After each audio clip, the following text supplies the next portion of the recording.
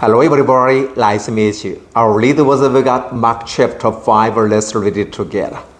They went across the lake to the region of the Gerasenes. When Jesus got over the boat, a man with the evil spirits came from the tombs to meet him. This man lived in the tombs, and no one could find him anymore, not even with a chain. For he had often been trained hand and foot, but he tore the chains apart and broke the irons on his feet. No one was strong enough to subdue him. Night and day among the tombs and in the hills he would cry out and cut himself with stones. When he saw Jesus from a distance, he ran and fell on his knees in front of him. He shouted at the top of his voice, "What do you want with me, Jesus, Son of the Most High God? Swear to God that you won't touch me." For Jesus had said to him, "Come out of this man, you evil spirit."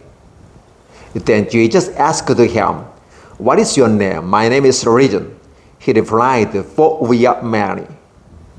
And he begged Jesus again and again not to send them out of the ordeal. A large herd of pigs was feeding on the nearby hillside. The demons begged Jesus, "Send us among the pigs, allow us to go into them." He gave them permission, and the evil spirits came out and went to eat the pigs. The herd, about 2,000 in number, rushed down the steep bank into the lake and were drowned. Those tending the pigs ran off and reported this in the town and countryside, and the people went out to see what had happened. When they came to Jesus, they saw the man who had been possessed by the reason of demons sitting there, dressed and in his right mind, and they were afraid. Those who had seen it told the people what has happened to the demon-possessed man and told about the pigs as well. Then the people began to plead with Jesus to leave their region. As Jesus was getting into the boat, the man who had been demon-possessed begged to go with him. Jesus did not let him, but said, "Go home to your family and tell them how much the Lord has done for you and how he has had mercy on you." So the man went away and began to tell in the Decapolis how much Jesus had done for him, and all the people were amazed. When Jesus had again crossed over by boat to the other side of the lake, a large crowd gathered around him while he was by the lake. Then one of the synagogue rulers named Jairus came there. Seeing Jesus, he fell at his feet and fled on his street with him, "My little daughter is dying. Please come and put your hand on her so that she will live, healed and live." So Jesus went with him. A large crowd followed and pressed around him.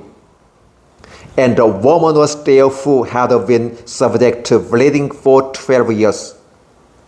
She had suffered a great deal under the care of the many doctors, and he had spent all she had. Yet instead of getting better, she grew worse. When she heard about Jesus, she came up behind him in the crowd and touched his cloak, because he thought, "If I just touch his clothes, I will be healed."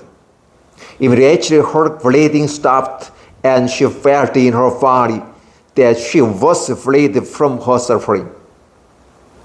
And once Jesus realized that power had gone out from him, he turned around in the crowd and asked, "Who touched my clothes?" You see the people crowding against you, his disciples answered, "And yet you can ask, who touched me?" But Jesus kept looking around to see who had done it. Then the woman, knowing that had happened to her, came and fell at his feet and, trembling with fear, told him the whole truth. He said to her, "Daughter, your faith has healed you. Go in peace and be freed from your suffering." While Jesus was still speaking, some men came from the house of Jairus, the synagogue ruler. "Your daughter is dead," they said. "Why was the teacher anymore?" Ignoring that, they said, Jesus told the synagogue ruler, "Don't be afraid, just believe." He did not let anyone follow him except Peter, James, and John, the brothers of James. When they came to home of the synagogue rulers, Jesus saw a commotion with the people crying and wailing loudly. He went in and said to them, "Why all this commotion and wailing? The child is not dead, but asleep." But they laughed at him. After he put them all out, he took the children's father and mother and the disciples who were with him and went in where the children was. He took her by the hand and said to her, "Talita cum," which means, "Little girl, I say to you, get up." Immediately the girl stood up and walked around.